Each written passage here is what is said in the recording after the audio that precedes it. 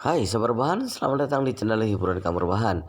Armin akan membacakan kelanjutan sebuah cerita novel yang sangat menarik, yang sangat seru, yang sangat menghibur, yang salah ya untuk diikuti dari awal hingga akhir. Sebuah cerita novel yang berjudul The Story of Yi-Chen. Tetapi sebelum melanjutkannya, pastikan kalian sudah subscribe channel ini dan aktifkan lonceng notifikasinya agar tidak ketinggalan jika admin upload video terbaru. Jika kalian menyukai cerita seperti ini, jangan lupa like jika berkenan, share juga ke teman-teman lainnya agar teman-teman lainnya juga mendapatkan informasi dan hiburan di channel ini. Baik, kita lanjutkan di part ke-407 bertepatan dengan bab ke-1958. Saat ini Tuan Besar Song sudah bersiap-siap untuk tidur. Sejak meminum pil permajaan, tubuhnya telah menjadi lebih kuat. Ini juga membuatnya lebih menghargai kesehatannya yang diperoleh dengan susah payah. Jadi dia telah mengikuti prinsip hidup sehat dengan tidur lebih awal, bangun lebih awal, lebih banyak berolahraga. Jadi dia beristirahat lebih awal setiap harinya. Tiba-tiba menerima telepon dari Yi-Chen. Ia langsung menjawab, "Halo Master Yi, ada apa kamu menelpon larut malam begini?" Yi-Chen berkata, "Tuan Besar Song, aku ingin menanyakan bagaimana situasi Wanting. Kenapa aku tiba-tiba tidak bisa menghubunginya?" "Wanting?" kata Tuan Besar Song dengan terkejut. "Kami masih berkomunikasi malam tadi. Dia sedang berada di Tokyo untuk merundingkan kerjasama dengan Nippon Steel." Yi-Chen berkata, "Beberapa menit yang lalu Wanting mengirimkan pesan suara padaku dan tiba-tiba mengatakan sesuatu yang tentang kehidupan selanjutnya. Kemudian aku meneleponnya, sudah tidak aktif. Aku curiga dia mengalami kecelakaan di Tokyo." "Kecelakaan?" Tuan Besar Song terduduk seketika dan berkata, "Master Yi, apakah mengatakan bahwa dia mengalami kecelakaan dalam rekaman suara itu?" "Tidak." Cichen merenung. "Inilah yang paling aku khawatirkan. Wanting tidak mengatakan detailnya dalam pesan suara, namun aku merasa dia sedang mengucapkan selamat tinggal denganku." Tuan Besar Song berkata dengan gugup, "Aku akan menelepon orang-orang di sisinya untuk menanyakan apa yang terjadi. Baik, jika sudah ada kabar, beritahu aku segera mungkin." Tuan Besar Song menutup ponsel dan segera menelepon Song Wanting. Benar seperti yang dikatakan Yi-Chen, ponsel Song Wanting tidak dapat dihubungi sama sekali. Tuan Besar Song sangat terkejut. Kemudian ia langsung menghubungi asisten Song Wanting, Chen Yan. Chen Yan adalah orang kepercayaan Song Wanting, juga adalah tangan kanannya. Jika sesuatu terjadi pada Song Wanting, dia pasti tahu. Namun yang membuat Tuan Besar Song semakin takut adalah telepon Chen Yan juga tidak aktif. Kali ini Tuan Besar Song benar-benar panik. Ia langsung menelepon Song Rongyu. Ia berkata, "Rongyu, segera datang ke kamarku. Sesuatu terjadi pada Wanting." 1 menit kemudian Song Rongyu langsung berlari masuk dengan panik. Ia bertanya, "Kakek, apa yang terjadi pada Wanting?" Tuan Besar Song berkata dengan gugup, "Wanting menghilang. Aku sudah menelepon Chen Yan, namun ponsel keduanya tidak dapat dihubungi." Kemudian Tuan Besar Song bertanya lagi, "Rongyu, berapa banyak orang yang dibawa adikmu ke Jepang kali ini?" Song Rongyu berkata, "Sepertinya membawa 2 orang asisten, kemudian dengan seorang supir lokal di Jepang." Tuan Besar Song buru-buru bertanya, "Siapa asisten selain Chen Yan? Kamu mengenalinya?" Song Rongyu berpikir. Ia berkata, "Sepertinya bernama Xiao Hui." Tuan Besar Song buru-buru memerintah, "Cepat cari nomor telepon Xiao Hui. Cepat hubungi dia. Lihat apakah bisa menghubunginya." Song Rongyu buru-buru mengangguk. Kemudian ia mengeluarkan ponsel, menelepon Departemen Sumber Daya Manusia perusahaan Song dan berkata, "Xiao Hui yang pergi ke Jepang bersama Wanting. Apakah kamu memiliki nomor kontaknya?" Pihak lain membalas, "Ada Tuan Muda. Apakah perlu aku mengirimkannya sekarang?" Song Rongyu menjawab, "Kirimkan padaku cepat." Tidak lama sebuah nomor dikirimkan ke ponsel Song Rongyu. Song Rongyu langsung menelepon nomor itu. Beberapa saat kemudian ia mendengar suara operator dari telepon, "Maaf, nomor yang Anda tuju tidak dapat dihubungi. Silakan coba lagi beberapa saat lagi." Song Rongyu memandang Tuan Besar Song dengan ekspresi gugup. Ia berkata, "Kakek, 2 asisten di sisi Wanting tidak dapat dihubungi. Apa sebenarnya yang terjadi?" Wanting, kening Tuan Besar Song dipenuhi keringat. Dia tidak berhenti memukul telapak tangannya sendiri. Dia bergumam, "Aduh, aduh, sesuatu pasti terjadi pada Wanting. Bagaimana ini?" Song Rongyu berkata tanpa ragu, "Kakek, bagaimana jika aku membawa orang pergi ke Jepang, pergi sekarang juga?" Song Rongyu menawarkan untuk pergi ke Jepang dan Tuan Besar Song sedikit lega di hatinya. Dia berpikir dalam hati, Rongyu dan Wanting bukanlah saudara kandung, namun Rongyu dapat begitu peduli dengan Wanting. Ini sangat jarang sekali. Memikirkan ini, dia menghela napas dan berkata, Rongyu, kamu atur jadwal penerbangan, aku pergi denganmu. Song Rongyu buru-buru berkata, kakek, kamu tidak perlu ikut. Umurmu sudah tua, kamu tidak akrab dengan lingkungan sana. Jika sesuatu terjadi padamu, itu akan sangat merepotkan. Lagi pula ayahmu masih berada di luar negeri. Tidak mungkin tidak ada orang yang mengawasi kota Jinling. Kamu menunggu saja di dalam rumah. Aku pasti akan mencari cara untuk menjemput Wanting kembali. Tuan Besar Song ragu sejenak. Ia tahu jelas di dalam hatinya bahwa ia tidak akan membantu apapun jika pergi. Lagi pula, jika ia pergi ke Jepang bersama Song Rongyu, maka tidak ada yang mengawasi perusahaan Song, perusahaan keluarga dengan aset ratusan miliar. Walaupun dalam masa liburan, urusan juga harus dilaporkan setiap harinya.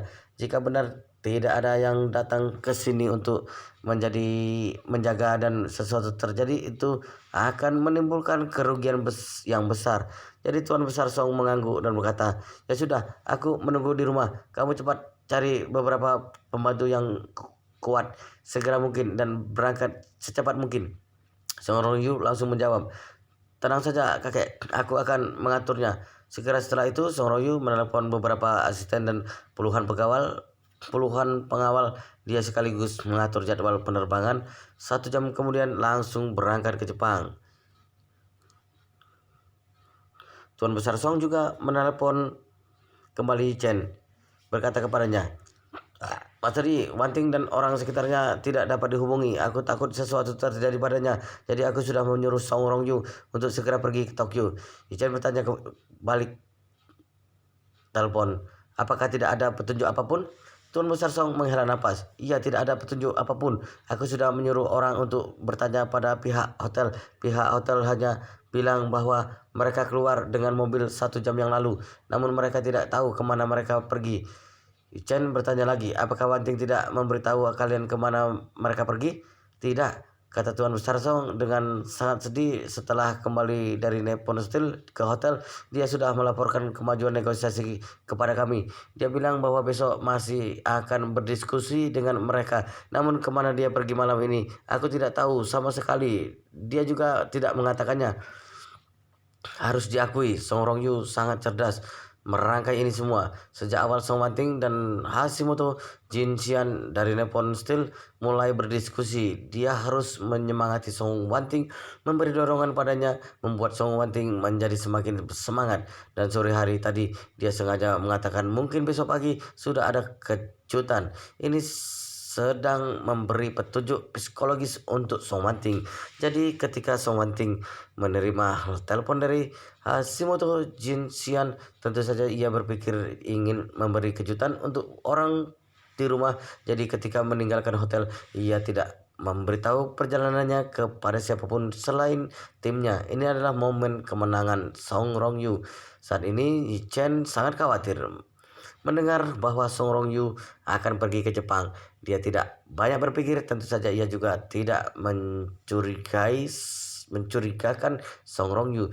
Dia hanya merasa bahwa karena Song Rongyu menghilang tanpa jejak di Tokyo, maka yang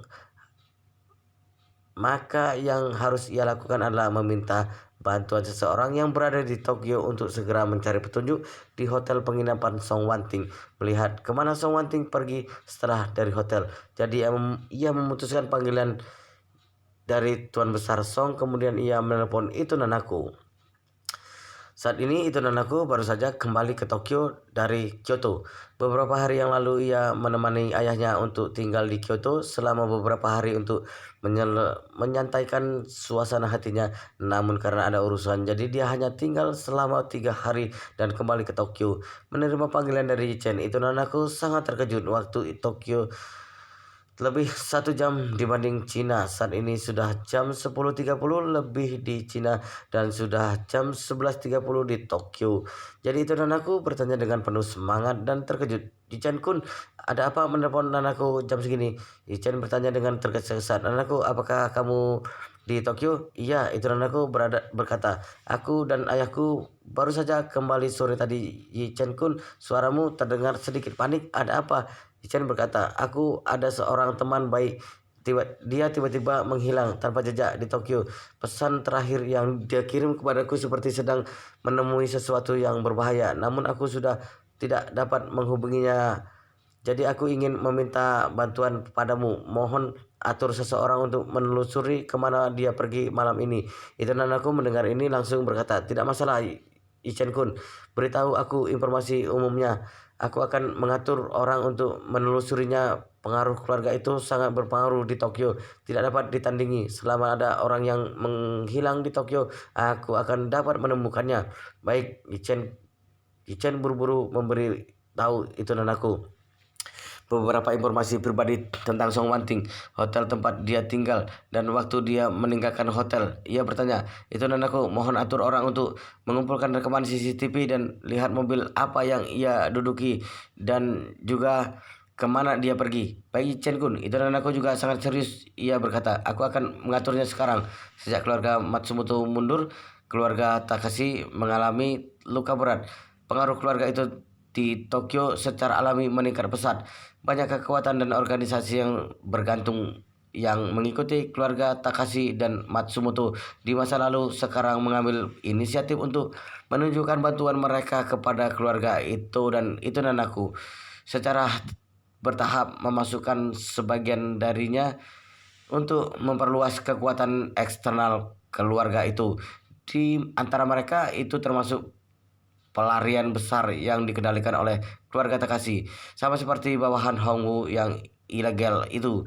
Mereka mungkin tidak begitu bisa maju di permukaan, namun mereka semua adalah kelompok yang berkembang di kegelapan kota. Jadi mereka seperti tikus di selokan dengan indera penciuman yang kuat dan tindakan yang sangat cepat.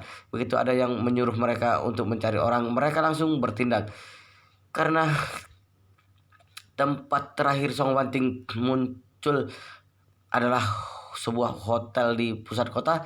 Peralatan pemantauan sangat lengkap.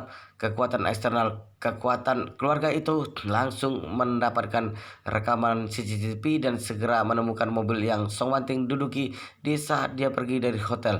Akibatnya semua orang mulai perlahan mengikuti lintasan mobil melalui sistem pemantauan. Akibatnya semua orang mulai mengikuti lintasan mobil sedikit melalui sistem pemantauan kamera. Keluarga itu menawarkan hadiah ratusan juta yen. Mereka semua mencoba yang terbaik untuk mengejar petunjuk. Setiap kelompok berharap untuk menjadi yang pertama mendapatkan keberadaan Song Wanting. Saat ini di sebuah lembah di Kabupaten Nishitama, Tokyo.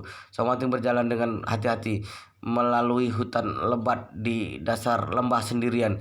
Lembah itu memiliki kedalaman ratusan meter. Tidak hanya ada hutan di pohon-pohon yang lebat, tetapi juga ada gunung yang menjulang tinggi di kedua sisi, sehingga ponsel tidak memiliki sinyal sama sekali. Pada saat ini Song Wanting hanya memiliki satu pikiran di dalam hatinya, keluar dari gunung hidup-hidup dan segera meminta bantuan Yuchen begitu ponsel mendapat sinyal. Sambil berusaha melalui hutan yang lebat, dia merenung dan dalam hatinya, kejadian hari ini pasti karena ada seseorang yang sengaja ingin membunuhku. Jika mereka tahu bahwa aku masih hidup, mereka tidak akan membiarkan aku meninggalkan Jepang hidup-hidup. Pada saat yang sama dia memberitahu diri sendiri, saat ini tidak ada yang dapat menyelamatkanku selain Master Yi. Dia di jalan berliku di Kabupaten Nishitama, pinggiran barat Tokyo. Beberapa orang berbaju hitam sedang melihat ke bawah ke tempat Song Wanting jatuh dari tebing. Dari kejauhan mereka melihat api menyala di bawah. Salah satu dari mereka berbisik, "Sekarang orang di dalam mobil seharusnya sudah mati kan?" Orang lainnya mencibir, "Jatuh dari tebing yang begitu tinggi dan dibakar oleh api yang begitu besar. Jika dia masih belum mati, aku akan memotong kepalaku untukmu." Orang itu tersenyum dan berkata, "Kalau begitu, kita bisa melapor pada Tuan Hashimoto." Orang di sampingnya mengangguk berkata, "Cepat, bersihkan daerah sekitar semua. Puing-puing, benturan, serpihan kaca, dan bekas gesekan ban harus dibersihkan. Memastikan untuk tidak ada yang mengetahui bahwa tidak ada kecelakaan di sini." Baik, beberapa orang berpakaian hitam segera mulai membersihkan tempat kejadian. Orang yang memimpin mereka mengeluarkan ponsel dan menelpon Hashimoto Jinshian. Ia melaporkan, "Tuan Hashimoto, semuanya sudah beres. Kami akan meninggalkan tempat setelah tempat kejadian dibersihkan." Hashimoto Jinshian bertanya, "Apakah orang sudah mati? Sudah dipastikan jasadnya?" Orang itu tersenyum dan berkata, "Tidak ada cara untuk memastikannya. Tebing setinggi ratusan meter, bahkan jika Dewa Amaterasu jatuh dari sini juga sepertinya akan habis." Hashimoto Jinshian berkata, "Tidak melihat sendiri jasadnya, aku merasa sedikit tidak yakin." Orang itu berkata, "Tuan Hashimoto, orang itu telah berguling bersama mobil itu ke dasar tebing, dan dilihat dari atas mobil itu sudah terbakar dengan bakaran api ini. Bahkan Dewa Amaterasu juga akan terbakar menjadi abu." "Tenang saja." Hashimoto Jinshian mengeluh, "Kenapa kamu terus membercandai Hashimoto Jinshian? Apakah kamu tidak merasa kagum sedikit pun padanya?" Pria itu memejamkan bibirnya, tersenyum dan berkata, "Kagum apaan? Aku adalah orang yang penuh dengan dosa. Jika benar ada Dewa Amaterasu di dunia ini, mungkin aku sudah dibunuh sejak lama. Aku masih bisa hidup dan melakukan kejahatan. Itu berarti tidak ada dewa apapun di dunia ini." Hashimoto Jinshian berkata dengan tanpa daya, sudah, aku tidak bicara lagi denganmu. Selama kamu yakin orang itu sudah meninggal, aku akan mempercayamu 100%. Orang itu menjawab, "Baik, sisa bayarannya kirimkan saja ke rumahku. Ingat, aku ingin uang kertas lama dengan uang tanpa nomor seri." Hashimoto Jinshian berkata, "Tidak masalah, aku akan mengirimnya kepadamu besok pagi." "Baik, kalau begitu aku akan menutup telepon dulu." Saat ini di lembah, Song Wanting masih berjuang untuk melewatinya. Dia tidak tahu di mana dia berada atau di mana dia bisa keluar dari gunung besar ini. Namun berpikir sangat sederhana, sekarang dia harus pergi sedikit lebih jauh sebelum mendekati lembah. Jika tidak, kalau ia ditemui oleh orang itu, maka ia akan sulit untuk menyelamatkan diri. Yang membuatnya merasa sangat ajaib adalah bahwa dalam 10 menit terakhir kondisi fisiknya semakin lama semakin membaik. Dia tidak hanya kehilangan rasa sakit dari cedera, tetapi dia bahkan tidak merasa seperti baru saja menerima cedera serius sama sekali. Dan sekarang dia masih bisa merasakan bahwa masih ada energi yang sangat kuat di tubuhnya yang terus-terusan mengalir, ditransmisikan ke tubuhnya, membuat tubuhnya terasa jauh lebih baik. Dia bahkan merasa bahwa tubuhnya penuh dengan kekuatan yang tidak ada habisnya. Dia berpikir dalam hati, "Kekuatanmu ini pasti berasal dari obat ajaib yang Master Yi berikan. Dulu Master Yi memberikan obat itu padaku, menyuruhku untuk membawanya setiap saat. Tidak disangka pada saat genting obat ini benar menyelamatkan nyawaku." Teringat Yi Chen, Song Wanting merasa dia menjadi semakin lebih semangat. Dia terus menyemangati diri sendiri. "Karena Master Yi telah memberikan kesempatan hidup untukku, maka aku harus kembali ke kota Jinling dengan hidup." Kota Jinling, kota kuno 6 dinasti. Meskipun tidak semakmur Yanjing dan pusat kota Hai, juga tidak sekaya kota-kota di daerah selatan, namun memiliki pesona dan kekasannya sendiri.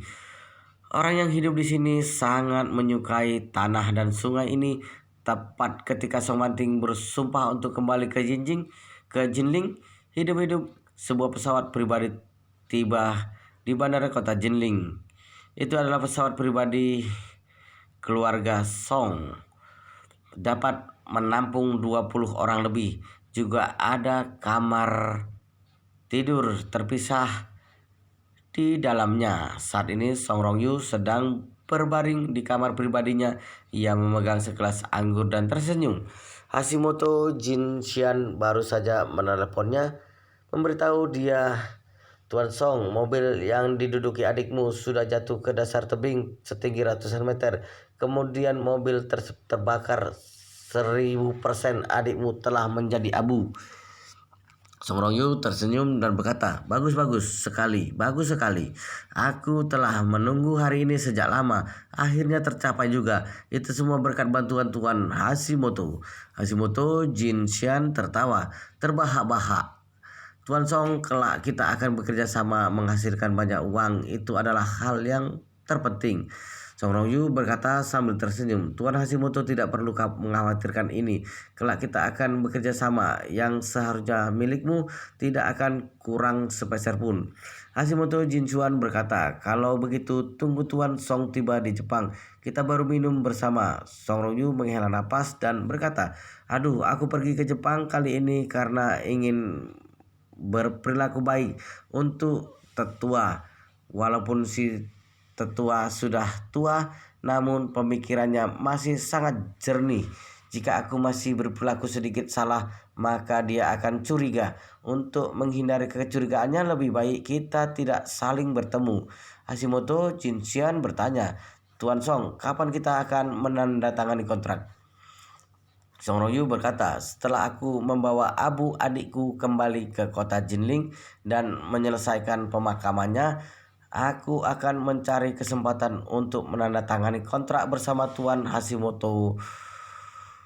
Hashimoto Jinxian tersenyum, masam dan berkata, "Hahaha, tidak masalah. Tuan Song pasti sangat sakit hati kehilangan orang yang dicintai. Kita tunda saja dulu acara untuk minum-minum." Song Rongyu pun tersenyum dan berkata, "Iya, adikku yang hebat ini mati dengan begitu mengenaskan. Hatiku benar-benar sakit." Kemudian ia lanjut mengatakan sedikit penyesalannya, "Jika si tua itu tidak memberikan posisi kepala keluarga kepada adikku ini, biarkan dia membantuku dengan tenang di sisiku, maka aku juga tidak akan menginginkan nyawanya hari ini." Berbicara tentang ini, sinar dendam terlintas di tatapan Song Rongyu. Ia berkata dengan nada dingin, "Jika mau disalahkan, maka harus menyalahkan si tua itu membuatnya menghalangi jalanku. Siapapun yang menghalangiku harus mati." Hashimoto Jinxian bertanya, "Tuan Song, bagaimana jika si tua itu menarik kembali posisi kepala keluarga? Dan bagaimana jika ketika kita menandatangani kontrak, dia tidak menyetujui persyaratan kontrak yang telah kita tetapkan?" Song Rongyu tersenyum kejam berkata perlahan, "Jangan khawatir, Tuan Hashimoto. Itu semua tidak akan terjadi. Aku akan mencari kesempatan untuk menyatukan dia dengan cucu kesayangannya. Tidak ada yang akan menghalangiku menjadi kepala keluarga Song." Wow, luar biasa sekali guys, ceritanya sangat seru, sangat menarik, sangat menghibur, sangat layak untuk diikuti dari awal hingga akhir. Sangat membuat kita penasaran jika tidak mengetahui cerita kelanjutannya. Tetapi sepertinya di video ini akan sampai di sini dulu.